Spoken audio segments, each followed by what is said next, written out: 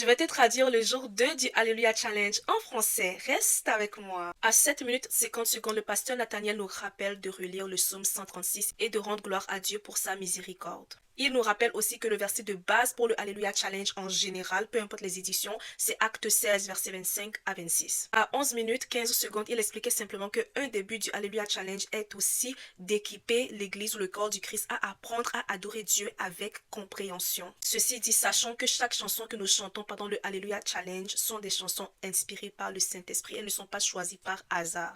Wonderful, merciful Jesus. Oh, you rescued the souls of men. En passant, le thème pour le jour 2, c'est La miséricorde parle.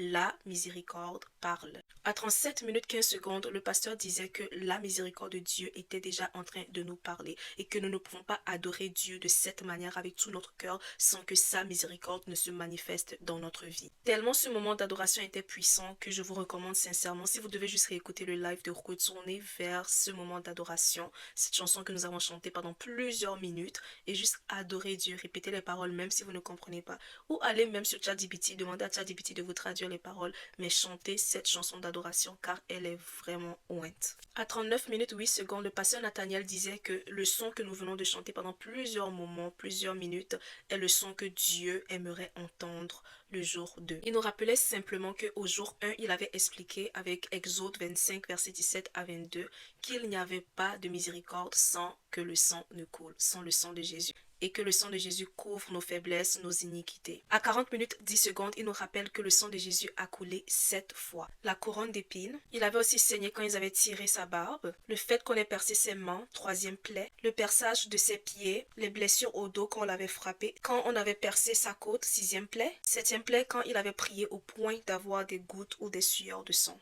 Parce que le chiffre 7 est le chiffre de la perfection, n'oublions pas que ces 7 plaies de Jésus nous rappellent que son sacrifice à la croix était un sacrifice parfait. Et c'est à cause de ce sacrifice parfait que Jésus a fait à la croix que nous avons la miséricorde de Dieu. Il a donné le verset dans Éphésiens 1, verset 7 à 40 minutes 50 secondes pour nous dire que quand nous parlons de la miséricorde, en bref, nous faisons référence au sacrifice de Jésus à la croix. Le fait d'adorer Jésus est une manière de lui dire merci pour le sacrifice qu'il a fait à la croix pour nous. Et pendant que nous l'adorons, ceci attire la gloire de Dieu sur nous. À 41 minutes 30 secondes, il nous redonne le verset dans Éphésiens 1, verset 7 et Hébreux 12, verset 24, pour dire que le sang de Jésus est la voix qui parle, qui témoigne de la miséricorde de Dieu. Exemple, il a donné le verset dans Genèse 4, verset 10, où on disait que le sang d'Abel criait. Et il nous rappelle que Hébreux 12, verset 24, au contraire, crie la miséricorde de Dieu. Il précise que la miséricorde n'est pas seulement le pardon de Dieu, le pardon des péchés, mais ça parle aussi de la faveur, de la grâce, de l'aide que Dieu nous donne. À 42 minutes 50 secondes, il a dit une phrase très importante, qu'un des ingrédients les plus importants de la louange et de l'adoration, c'est la miséricorde de Dieu. Ensuite, il a donné le verset dans Psaume 89, verset 1 qui dit « Je chanterai toujours les bontés de l'Éternel, ma bouche fera connaître à jamais ta bonté. » Il nous stresse le fait que, en tant qu'adorateur, notre louange doit toujours être basée sur la bonté de Dieu. Nous devons toujours célébrer la bonté de Dieu. Il a fait le parallèle pour dire que c'est pour ça que David était un bon adorateur. Quand nous allons remarquer dans beaucoup de psaumes que le composant principal en fait de l'adoration et de la louange, surtout dans les psaumes de David, ça se base beaucoup sur la bonté de l'Éternel. Et à 43 minutes 30 secondes, il a donné le verset dans Psaume 59, verset 16 à 17, et il nous rappelle que Jésus est notre trône de grâce. Et il a ensuite donné le verset dans Hébreux 4, verset 16 pour parler de la même chose, que Jésus est notre trône de grâce. À 45 minutes 50 secondes, nous avons notre premier sujet de prière pour le jour 2 qui est de remercier Dieu pour sa miséricorde. À 47 minutes 30 secondes, le pasteur Nathaniel a fait la prière du salut. Et moi, je voulais juste encourager toi qui as l'impression d'être trop sale et que tu te sens indigne même de faire ce challenge. Sache que Jésus t'aime tellement, et j'ai juste un exemple. Tellement il t'aime qu'il est mort à la croix pour tes péchés et pour mes péchés. Et je vais juste préciser, de la même manière qu'un berger, s'il perdait une brebis, il ne va pas laisser cette brebis s'égarer. Même s'il a 99 autres brebis, il va laisser les 99 autres brebis pour aller chercher la brebis qui est perdue, qui ne retrouve pas dans le pâturage. C'est comme ça que Jésus t'aime. Jésus laissera les 99 autres pour aller toi te chercher. Alors aujourd'hui, c'est une bonne occasion de donner ta vie à Christ. Et je te prie de répéter cette prière après moi. Seigneur Jésus, je te remercie pour cette occasion que tu me donnes de m'approcher de toi.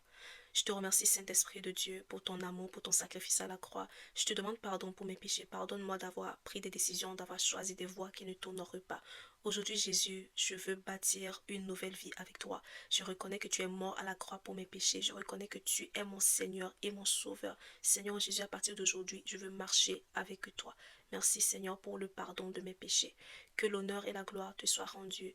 Merci Seigneur Jésus. Amen. À 49 minutes, le pasteur a donné le verset dans Philippiens 2, versets 1 à 7 pour montrer que Jésus a laissé sa nature de Dieu pour mourir à la croix en tant qu'homme pour porter nos péchés. C'est à ce point qu'il nous aime. Ensuite, nous avons reçu à 52 minutes, 50 secondes, le verset dans Psaume 90, verset 14 qui dit « Rassasie-nous chaque matin de ta bonté et nous serons toute notre vie dans la joie et l'allégresse. » Le pasteur Nathaniel nous dit de déclarer et de prier Dieu « Seigneur, rassasie-moi de ta bonté chaque matin afin que je sois dans la joie et l'allégresse en 2026. » Déclare cela, que Dieu te rassasie de sa bonté, que Dieu te rassasie de sa bonté afin que tu sois dans la joie et l'allégresse chaque jour de cette année. Amen. Cite les mois de cette année. Mars, rassasie-moi de ta bonté. Octobre, rassasie-moi de ta bonté. Décembre, rassasie-moi de ta bonté. Seigneur Jésus, c'est comme ça que tu dois prier et déclarer ce verset de Psaume 90, 14 sur ta vie. Le pasteur Nathaniel nous rappelle que le but de faire Alléluia Challenge en février, c'est aussi d'ouvrir le chemin, de préparer la nouvelle année, c'est-à-dire l'année 2026. Ceci dit, prenons ces moments au sérieux. Ces sujets de prière sont pour préparer 2026 et les recommander entre les mains de Dieu.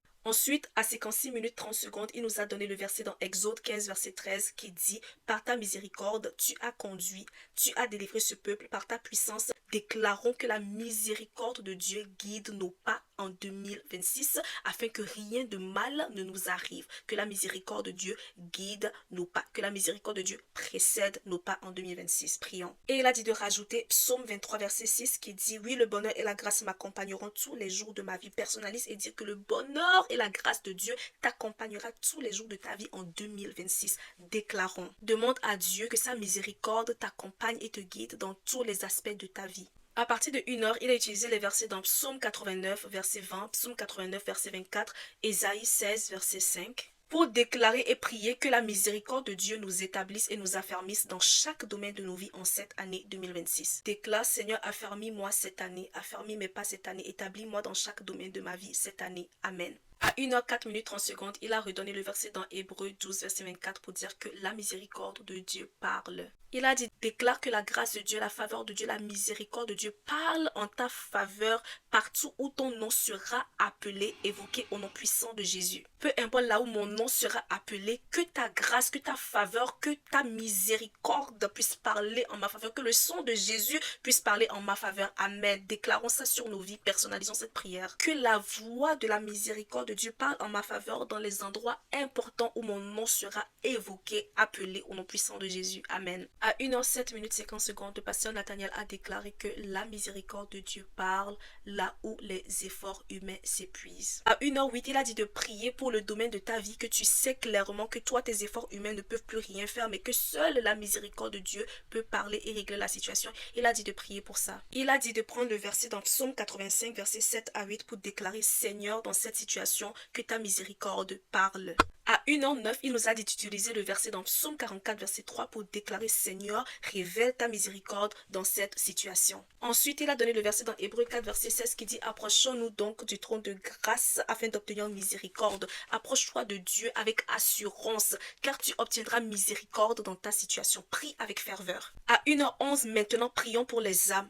Dis et déclare le nom de la personne. Seigneur Jésus, que ta miséricorde se manifeste dans la vie de cette personne. Seigneur, que la lumière de l'évangile du gospel se manifeste dans la vie de cette personne. Prie pour les âmes, pour les personnes que tu as écrites, que tu aimerais voir sauvées.